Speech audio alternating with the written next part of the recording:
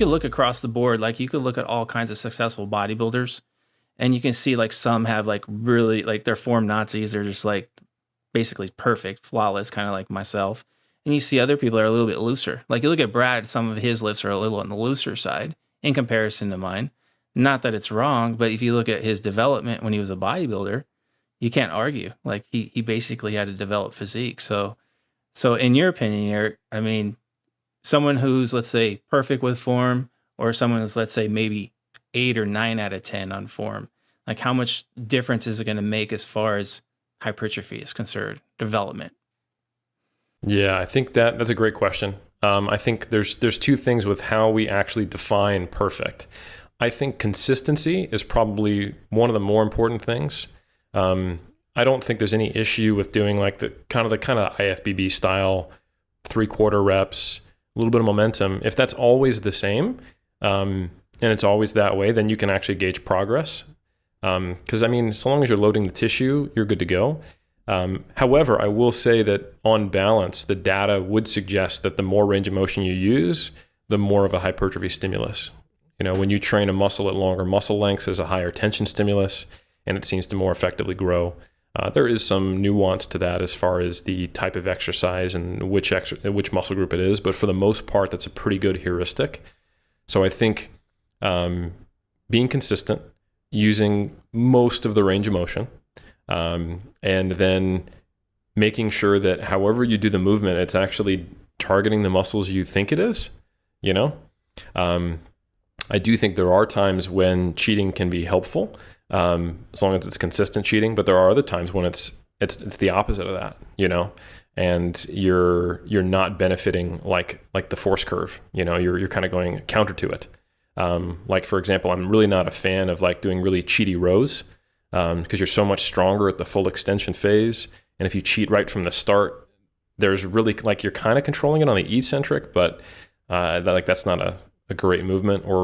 But other movements you kind of have to, like a little bit of cheating, a little bit of momentum on a lateral raise set. You know, when the load is so far from the fulcrum, like you do them super strict, you're going to go from like what feels like a 7 RPE to I can't get it all the way up. You know, so that's just some of the biomechanics of it. But I think consistency is probably the most important thing.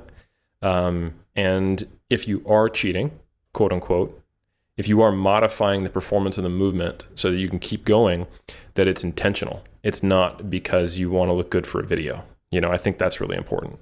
That's what I would say, kind of on balance. I would definitely agree with you too, Eric, because I came to a conclusion training somebody else long ago when I was trying to get that balance between consistency and cheating. You know, I've always kind of been an advocate that you don't have to be super strict, but you at least have to use the same amount of momentum if you're going to use a little bit of momentum on every single repetition. And I remember trying to drill that into a client, and I had them basically do what, you know, something that you could cheat on endlessly if you had the cardio to do it, just a curl. And so I said, okay, I want you to use a little bit of cheat on this curl and try to keep it consistent on every single repetition. And trying to prove a point, they started with too much cheat is kind of the bottom line. And so I was, again, trying to prove a point. I'm like, okay, I'm just going to let them just keep doing this until basically they just can't do it anymore, you know? Well, I mean, shoot, I think it was like rep 50. I finally said, okay, that's enough. That's enough. I've shot myself in the foot here trying to prove the point. But basically, once you start changing that amount of momentum that you're using, you almost cannot define in kind of an internal intuitive feeling when muscular failure truly is. Because you can just keep cheating. You can just keep throwing that weight up endlessly, you know, until you know your arms fall off or you have a heart attack, one of the two. And it's really hopefully through. Well, hopefully neither, but it's really through watching Jeff and watching how Jeff moves and how consistent his repetitions are.